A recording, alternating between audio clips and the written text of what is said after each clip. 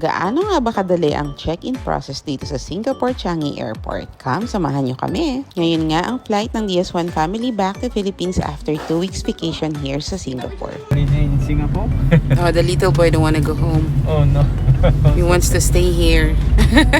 Dahil sa Pasir Ris lang kami, nag-grab na lang kami papuntang Terminal 4 Changi Airport. Wala pang 15 minutes, nandito na kami. 1 o'clock in the morning pa talaga ang flight ng DS1 pero umalis na kami sa bahay ng 7 o'clock kasi magdi-dinner pa kami at maggagala sa airport. Pagpaalis pala kayo ng Singapore, wala na kayong fill upan. Ang fill upan nyo na lang is yung e-travel card ng Philippines. So, online na rin lahat to at pwede na kayong mag-submit 3 days before your departure. Pwede rin kayong mag-download ng Changi app. Makikita nyo ang lahat ng information sa flight nyo, kasama na rin yung door na pababaan nyo dito, check-in counter number, pati yung gate number. Cebu Pacific ang airlines nila, kaya naman door number 2 kami bumaba. Mga 7:30 PM pa to at 1 o'clock pa nga ang flight nila. So imagine 6 hours pa, pero pwede na kami mag-check-in. Okay, mag-GST refund po kami. Hindi, i-scan lang yung passport mo. GST po. Non-carry or check-in. So remember, before mag-check-in, mag-GST refund muna kayo. I-scan nyo lang yung passport nyo. Pero before that, kapag nag-shopping kayo dito sa Singapore, fill up the form na para pagdating nyo dito, lahat ng mga purchases nyo ay nakatag na sa passport. After ng GST refund, diretso na kayo sa check-in. Most check-in counters dito sa Singapore ay puro automated and machines na. You just have to select your airline and scan your passport at lalabas na yung flight details nyo. When you avail your baggage, dito rin lalabas yung mga bag tags ninyo. And then, iba-bag drop nyo na lang siya dun mismo sa loob. Dito, magde-declare din kayo na hindi kayo nagdala ng anumang hindi pwedeng check-in. So, take time to review at i-confirm nyo na talagang safe ang mga bagahe ninyo. Dito, isa-isa na nilang in-scan ang mga passports nila. Total of 4 passport. Check nyo lagi ha kung nagmamatch yung name na nag-a-appear sa machine at saka yung name mismo sa passport. O, diba? Napakadali. Sabi ko nga sa kanila dito, naku, pag nandito kami, wala kaming ka-stress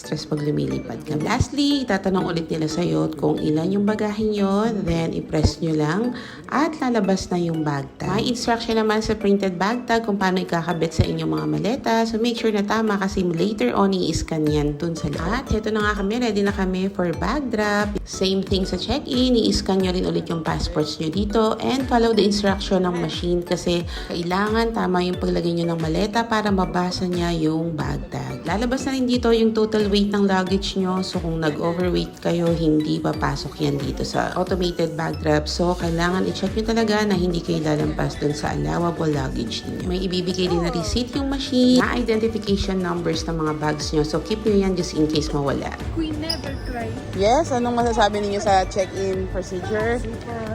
Super. 10 out of 10. Diba? Wala daw kapagod-pagod ang check-in at hindi man lang daw sila nagutom pero kahit na kakain pa rin kami. Maraming restaurants dito sa Terminal 4 bago kayo pumasok ng immigration at dito nga namin napili sa Andes kasi tingnan nyo naman ang view. Wow!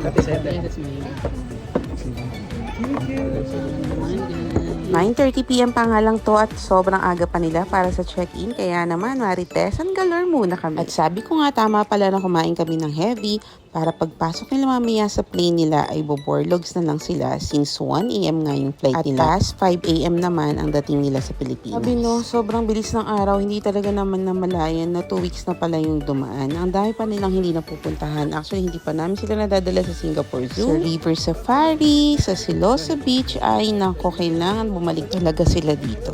Pero madami-dami rin ang napuntahan nila kaya medyo happy naman ako sa lahat ng itinerary na sinet up namin for them. Yes.